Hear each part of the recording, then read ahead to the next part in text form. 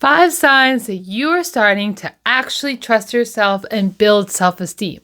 You should have these things starting to grow in your life. They should materialize with the work that you're doing. You are making decisions. You're getting tasks done. These are 5 things. One sign is, have you developed the ability? Are you making this happen in your life? Can you leave unhealthy, harmful situations, big or small? Can you do that? That is a sign. Another sign is, are you capable of making plans? Can you do tasks? Can you lead your own life? And can you make a life for yourself that isn't emotionally driven? So I'm going to explain these. The first one, taking care of yourself in a harmful situation.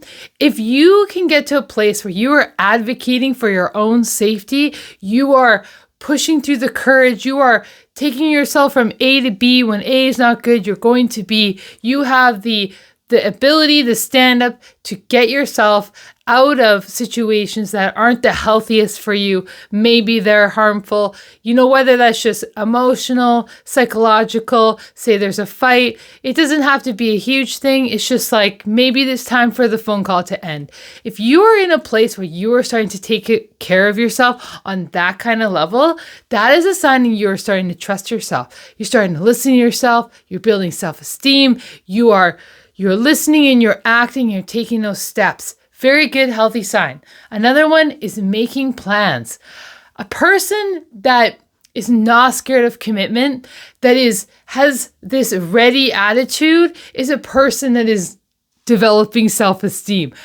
There's trust, there's self-trust, there's self-love. There is that, one foot after the other, continuing on forward, and to be able to make plans and not be scared of making plans. Available to make plans, thinking of plans, taking the initiative, writing it down, seeing that it happens. Making plans is a healthy sign. If you're in that position and you're able to do that consistently, this is a very good sign that you're building that trust within yourself. Another one is, are you a task completer? Are you able to make tasks, think of tasks, take care of the tasks that are in your life, make lists and get it done? Can all these little things add up and they build that self-esteem and they build trust within myself? So if I'm getting to a point where I can think of a task, I can think of all the tasks I need in my life and I can execute it, I can do it, I'm developing an internal system here that I can actually rely on. And that trust will take me far. And it's just with these little steps. Another one is, are you leading your life? Are you in a position, and I hope that all of these are working out for you, but are you in a position where you're leading your life now? You're following your interests, you're following your dreams, you're making things happen. You're not moving around people. You're making your path. You're making your decisions. You're thinking of things. You're going for things. The direction of your life now is in your hands. It's your choice. You're choosing differently. You're choosing for you. You're putting yourself first. You're not focused on everybody else first and making sure that's all good so then you can be all good. You're actually now taking charge in these small, quiet moments, leading your life. This is a really good, healthy sign that you are on the correct path, that your self-esteem is going up because your value is going up. And when I do repetition, I build that trust. And the more I do, the more that's just going to grow.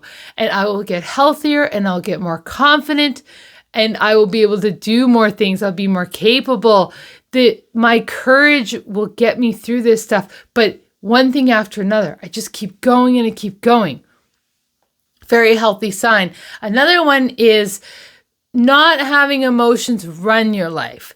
When my emotions is the epicenter, the thing that's happening, and then I'm having my life and I'm making decisions, then my emotions have taken over.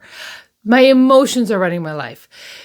If you get to a place and you're getting more self-esteem and you're learning to trust yourself, your emotions is very valid and important for messages and signals that are going on with me. Like, it's very important that I have feelings, but not that I'm reacting my life all around feelings and living a reactive life.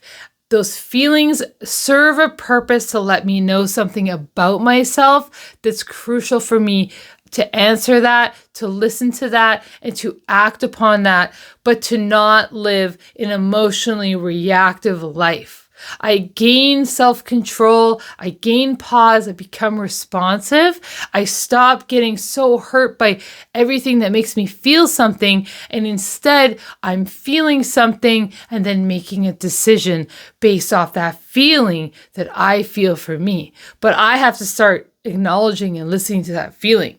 So if I'm getting to a place in my life where there's a space for my feelings, but it's not the thing that makes me make decisions, then I'm getting into a really good place and I'm starting to trust myself. So these are great, crucial signs for healing that you're on the right path. And I'm going to say them one more time is you can leave harmful situations. You have that ability now. You have that courage. You're doing it. You're honoring yourself. You're loving yourself. You're respecting yourself. You're moving away from the fire. You've developed that. The other one is making plans. You're ready. You have a ready attitude. You want to commit. You can stay on it. You see the future. You see the plan. You go for it. Then we have tasks. Can you complete them? Can you start them? If you're doing these little things, you're building trust with yourself. It's working.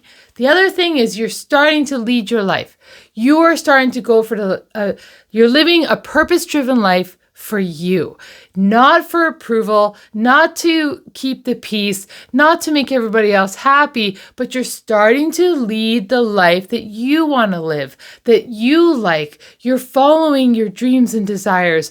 You're honoring your own interests. And the last one is to not be having an emotionally fueled decision-making life. Like your emotions are happening, but it's not the thing. You're not living that emotional reactive life. And you've had you can see it. There's some awareness. You take those signals that you get from those strong feelings, and then you're making decisions. So you can, instead of it all being in one big ball together. So you've become emotionally regulated. You've become calmer. You've become responsive. You have started to develop some self-control with yourself.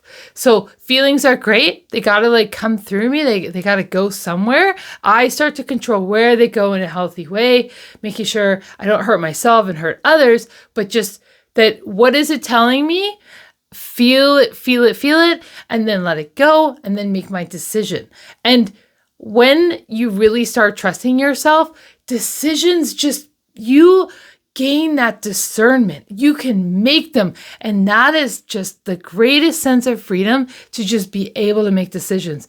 People that don't trust themselves, they're indecisive. They're changing their mind. Like, things are happening in the room or around, and they're throwing their values out the window. They're trying to people please. They're changing. So they're inconsistent. When you really are centered and aligned with who you are and your values, when things happen, you stick with your values. You stay on the path for you. You listen to you. And that's where that peace and freedom is.